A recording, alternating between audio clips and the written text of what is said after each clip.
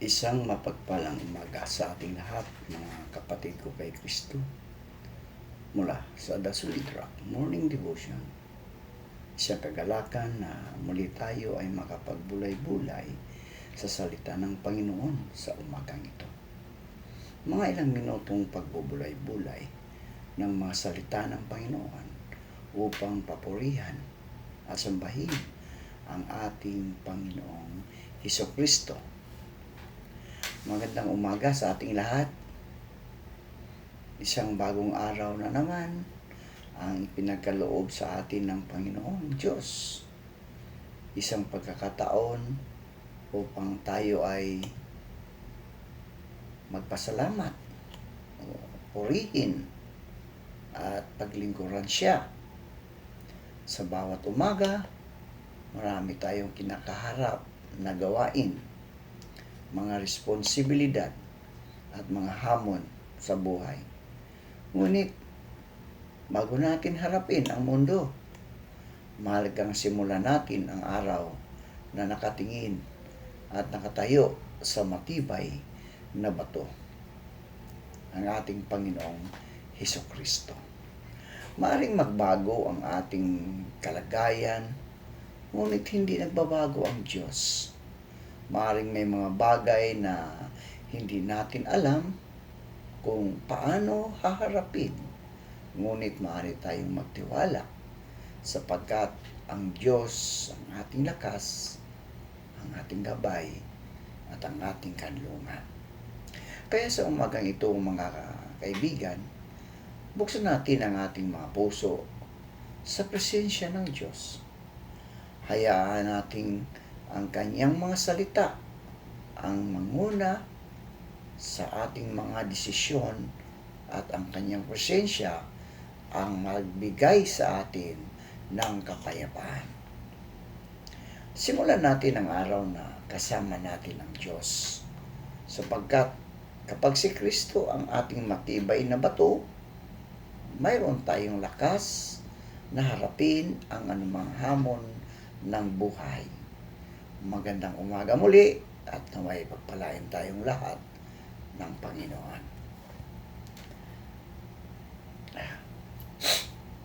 Ang ating pong pagninilayan ngayong umaga ay matatagpuan sa Marcos Kabanata 4, talatang 35 hanggang 41 sa Magandang Balita, Biblia. Kinagabihan, sinabi ni Jesus sa mga alagad, "Tumawid tayo sa ibayo." Kaya't iniwan nila ang mga tao at sumakay sila sa bangkang sinasakyan ni Jesus upang tumawid ng lawa. May iba pang mga bangkang nakisabay sa kanila. Habang naglalayag, inabot sila ng malakas na bagyo. Kaya't ang bangkang sinasakyan nila ay hinampas ng malaking alon at ito'y halos mapuno na ng tubig. Si Jesus ay natutulog noon sa may hulihan ng bangka. Nakahilig sa isang unan, ginising siya ng mga alagad at sinabi, "Guro, baliwala ba ninyo sa inyo kung mapahama kami?" Bumangon si Jesus at sinaway ang hangin. "Tigil!" At sinabi sa lawa, "Tumahimik ka." Tumigil nga ang hangin at tumahimik ang lawa. Pagkatapos sinabi niya sa mga alagad, "Bakit kayo natatakot? Hanggang ngayon ba'y wala pa rin kayong pananampalataya?" Natakot sila ng labis at namanga. Sabi nila sa isa't isa, "Anong klaseng tao ito? Pati hangin at lawa ay sumusunod sa kanya." Pinagpala na po tayo sa pagkabasa at pagkarinig ng kanyang mga salita. Samahan ninyo ako sa pananalangin para sa mga nahihirapan o nasa mga laylayan ng ating lipunan. Tayo po'y manalangin. Mapagmahal at makapangyarihang Diyos, lumalapit kami sa iyo ngayong may mga pusong pagod, sugatan, nalulumbay, at mabigat ang dinadala. Alam mo, Panginoon, ang bawat luha na lihim naming pinupunasan, ang bawat problema na hindi namin masabi sa iba, at ang bawat laban na araw-araw naming hinaharap. Panginoon, hinihiling namin ang iyong yakap at presensya sa mga taong nawawalan na ng pag-asa, sa mga nahihirapan dahil sa problema sa pamilya. Bigyan mo sila ng pagkakaisa, pangunawa at pagmamahalan. Sa mga may suliraning pinansyal, buksan mo ang mga pintuan ng pagpapala at pagkakakitaan. Sa mga nabigo at nawala ng trabaho, bigyan mo sila ng bagong pagkakataon at lakas upang muling bumangon. Sa mga taong may mabigat na kalooban at puno ng pangamba, ipaalala mo na sa kanila na hindi sila nag-iisa. Kapag nanghihina sila, ikaw ang maging kanilang lakas. Kapag natakot sila, ikaw ang maging kanilang kapayapaan. Kapag hindi nila alam ang susunod na hakbang, ikaw ang maging kanilang gabay. Panginoon, turuan mo kaming magtiwala sa iyo kahit hindi namin nauunawaan ang lahat ng nangyayari. Tulungan mo kaming manatiling matatag kahit tila napakalaki ng mga alon ng buhay. Kapag pakiramdam namin ay hindi na namin kayang magpatuloy, ipaalala mo sa amin na ang iyong biyaya ay sapat at ang iyong pag-ibig ay hindi nagbabago. Bigyan mo kami ng pusong marunong maghintay. Bigyan mo kami ng pananampalatayang hindi sumusuko. Bigyan mo kami ng tapang na harapin ang bawat pagsubok at karunungan gumagawa ng tamang desisyon. Dalangin din namin ang mga pamilyang dumaraan sa matinding pagsubok. Ingatan mo sila at pagkalooban ng pagkakaisa. Bigyan mo sila ng sapat na pagkain, pangangailangan sa araw-araw, at mga taong handang tumulong sa oras ng kanilang pangangailangan. Panginoon, hinihiling namin na maging instrumento rin kami ng iyong pag-ibig. Gamitin mo kami upang maging kamay na tumutulong, pusong nakikinig, at tinig na nagbibigay ng pag-asa sa mga taong nangangailangan. Sa lahat ng aming problema, turuan mo kaming sabihin, Panginoon, hindi ko man alam kung paano matatapos ang lahat ng ito. Alam kong kasama kita. Hindi ako susuko sapagkat ikaw ang aking landas at pag-asa. Salamat, Diyos, sapagkat kahit sa gitna ng bagyo ay naroroon ka. Kahit sa gitna ng luha ay hindi mo kami iniiwan. At kahit hindi pa namin nakikita ang kasagutan, naniniwala kami na gumagawa ka ng paraan. Inahahabilin namin sa iyo ang lahat ng aming alalahanin, pangamba, problema, at kinabukasan. Sa pangalan ni Jesus na aming Panginoon at tagapagligtas, aming dalangin.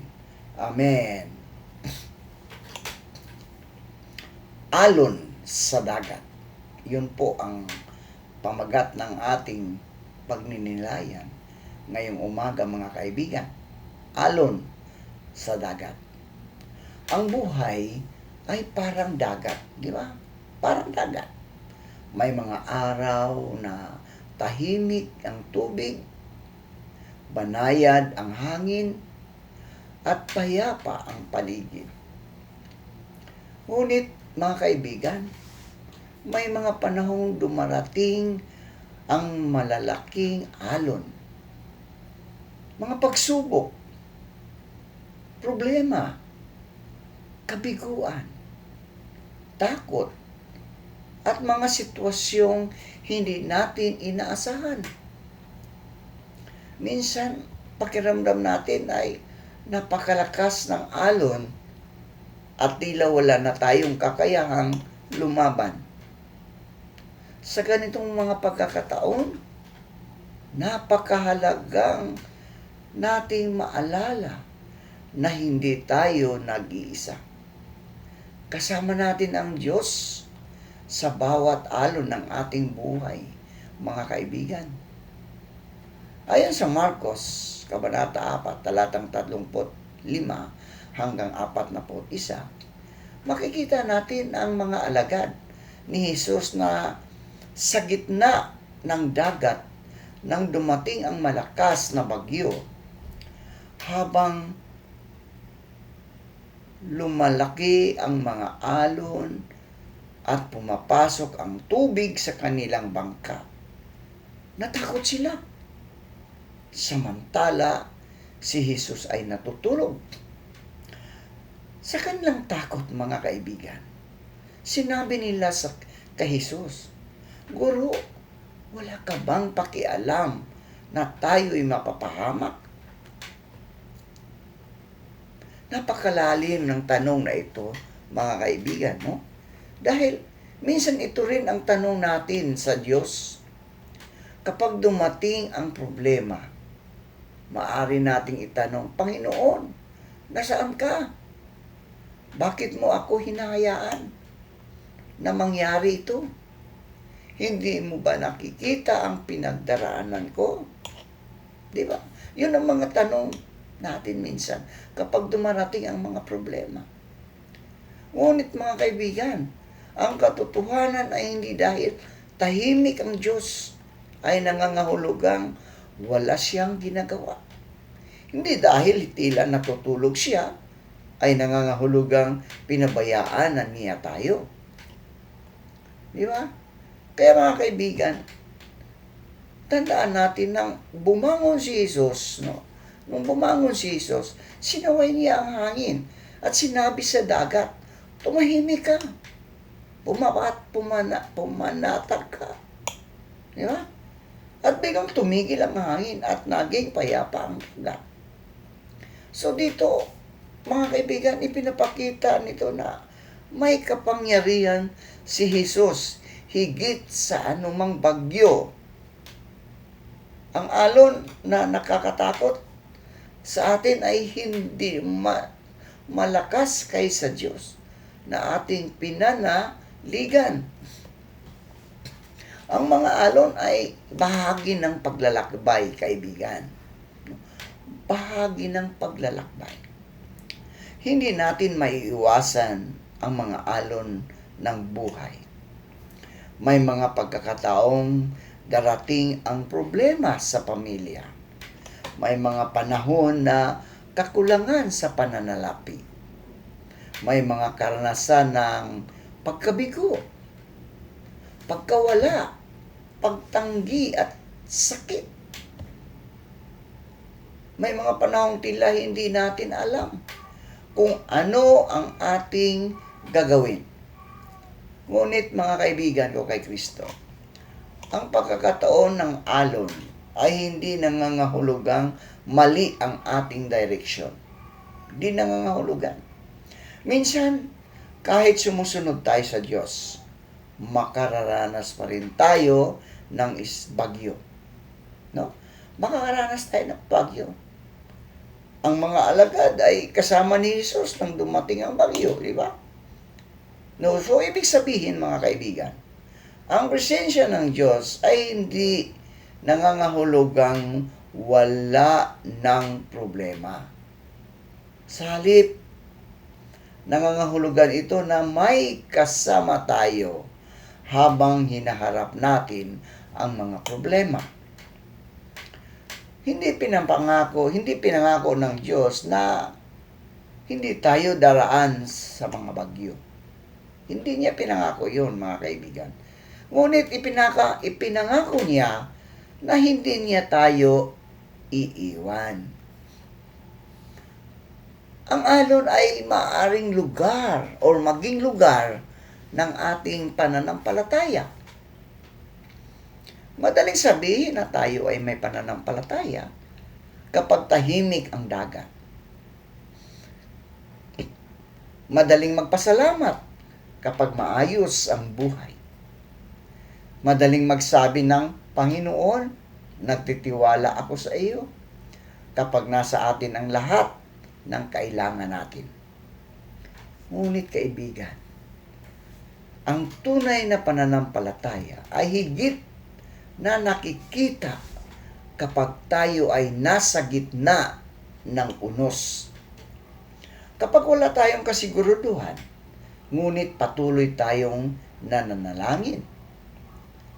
Kapag nasasaktan tayo, ngunit patuloy tayong umaasa. Kapag hindi natin nauunawaan ang nangyayari, ngunit sinasabi pa rin natin, Panginoon, nagtitiwala ako sa iyo. So, ang pananampalataya ay hindi kawalan ng takot, mga kaibigan. Ang pananampalataya ay ang pagpiling magtiwala sa Diyos kahit may takot. Huwag mong tingnan lamang ang laki ng alon. Tingnan mo kung sino ang kasama mo.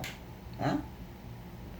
Kapag nakatingin tayo sa malalaking alon, mga kaibigan, madali tayong panghinaan ng loob. Ngunit kapag itinaas natin ang ating mga mata at nakita natin si Jesus, nagbabago ang ating pananaw. Maaring malalaki ang problema, ngunit mas malaki ang Diyos natin, kaibigan. Maaring malakas ang unos, ngunit mas makapangyarihan ang ating Panginoon. Maaring hindi natin alam ang bukas, ngunit alam ng Diyos ang ating kinabukasan. Maaring hindi natin makita ang daan, ngunit nakikita ng Diyos ang buong direksyon ng ating buhay. Kaya huwag nating hayaang ang laki ng problema ang maging sukatan ng ating pag-asa. Ang ating pag-asa ay dapat nakasalig sa laki ng Diyos. May layunin ang Diyos kahit sa gitna ng alon. Minsan, mga kaibigan, ang mga pagsubok ay ginagamit ng Diyos upang palakasin ang ating pananampalataya. Ang taong hindi pa nakaranas ng unos ay maaaring hindi pa lubos na nakakaalam kung kaano katatag ang kanyang pananampalataya. Sa panahon ng pagsubok, natututo tayong manalangin ng mas malalim. Natututo tayong umasa sa Diyos. Natututo tayong maging mapagpakumbaba. Natututo tayong makiramay sa ibang taong dumaraan din sa problema. So, ang dating sugat ay maaring maging testimonya, mga kaibigan. Ang dating luha ay maaaring maging kwento ng katapatan ng Diyos. Ang dating pagsubok ay maaaring maging patunay na hindi tayo iniwan ng Panginoon. May panahon ding titigil ang alon, di ba? May panahon din, hindi naman lagi yan eh. Walang bagyong panghabang buhay, mga kaibigan. Walang bagyong panghabang buhay. May simula at may katapusan ang unos. Kung ikaw ay kasalukuyang nasa gitna ng alon, kaibigan, huwag kang sumuko. Maaring hindi mo pa nakikita ang katahimikan. Ngunit hindi ibig sabihin na hindi na ito darating. Patuloy kang manalangin. Ha? Patuloy kang manalangin. Patuloy kang magtiwala sa Diyos. Patuloy kang humawak sa salita ng Panginoon. Patuloy kang lumakad na kasama ang Diyos, mga kaibigan. Darating ang panahon na masasabi mo, nalampasan ko rin ang alon, hindi dahil malakas ako, kundi dahil naging tapat ang Diyos sa akin. Ito ngayon ang hamon sa atin, mga kaibigan. Ang bawat isa sa atin ay may sariling alon, di ba? May sariling alon. May alon ng problema, may alon ng takot, may alon ng pangamba, may alon ng kabiguan, at may alon ng mga tanong na hindi pa nasasagot. Ngunit mga kaibigan, sa gitna ng lahat ng ito, tandaan natin, hindi tayo nag-iisa. Kasama natin ang Diyos. Kung minsan ay pakiramdam natin na ay tahimik ang Diyos, di ba? Huwag nating isipin yan, kaibigan, na iniwan niya tayo. Maaaring tahimik siya ngayon, ngunit siya ay naroroon. Maaaring hindi niya agad alisin ang bagyo sa buhay natin, ngunit bibigyan niya tayo ng lakas upang malampasan ito. Kaya, kapag dumating ang malaking alon, kaibigan, huwag agad sumuko. Humawak sa Diyos, manalangin, magtiwala, at sabihin sa iyong puso, maaaring malaki ang alon, ngunit mas malaki ang aking Diyos. Maaaring malakas ang bagyo, ngunit hindi ako nag-iisa.